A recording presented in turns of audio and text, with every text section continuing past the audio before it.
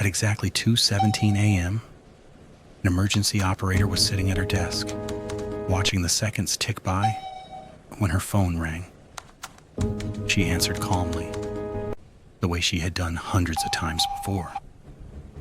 On the other end of the line, a man whispered 3 words, "He's inside my house." His voice was shaking, quiet, controlled, terrified. Before the operator could respond, the line went dead. She stared at the phone, waited, listened. Then she tried calling back.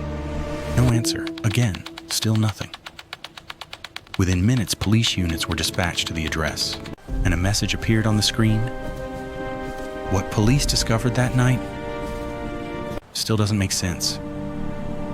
This story is fictional, but every detail is inspired by situations that could happen to anyone. Evan Carter was 34 years old.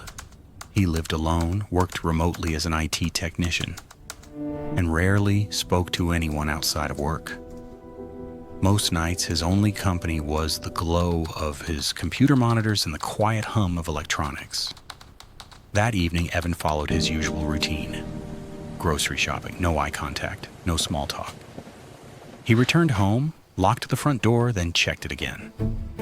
Windows locked. Back door secure. Alarm system armed. Only when everything was confirmed did Evan finally lie down in bed, safe, in control. Or so he thought. Sometime after midnight, a sound broke the silence. A soft creak, barely noticeable, like old wood shifting. Evan froze, held his breath, listened. He told himself it was nothing. Just the house, settling. Just his imagination.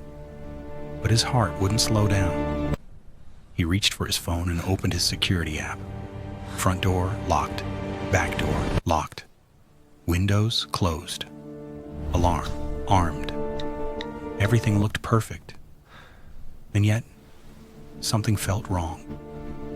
Then the sound came again, closer. This time, Evan realized something that made his blood turn cold. It wasn't footsteps, it was breathing. Slow, controlled, deliberate. Right behind him. His hands began to shake. His chest tightened, and very carefully, from under his blanket, Evan dialed 911. The operator answered calmly, asked him to describe what was happening.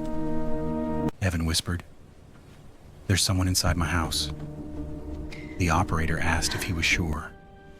Evan swallowed, then whispered, "I can hear him breathing." Silence filled the line. Then, the call disconnected. 6 minutes later, police arrived at Evan's house, lights flashing against the dark street. The front door was locked. The windows showed no signs of forced entry. Inside, the house looked normal.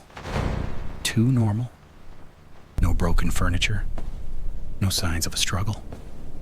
The officers moved slowly down the hallway, checking each room. When they entered the bedroom, they found Evan curled up on the bed. Alive, shaking, crying uncontrollably. He looked at them with empty eyes and kept repeating, "It's going to be okay, Evan. He was standing behind Just me hang in there." the whole time. And the officers searched the room, under the bed, behind the curtains, inside the bathroom. Nothing. For a moment, they wondered if it had all been paranoia.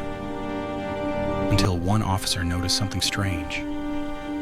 The bedroom closet door was locked. From the outside. They forced it open. Behind the coats and shelves, they found a narrow crawl space hidden behind insulation. They shined their flashlights inside, and what they found made their stomachs drop. A sleeping bag, empty water bottles, and dozens of photographs. The photos showed Evan sleeping, working, eating, all taken from inside the house. Someone had been living there for weeks. The intruder was never found, never caught. Some believe he escaped before the police arrived. Others believe something worse. That Evan was never truly alone. Even now, Evan still lives in that house, sitting in silence, listening. glancing over his shoulder. Because the scariest crimes aren't the loud ones, they're the ones that happen silently. Right behind you.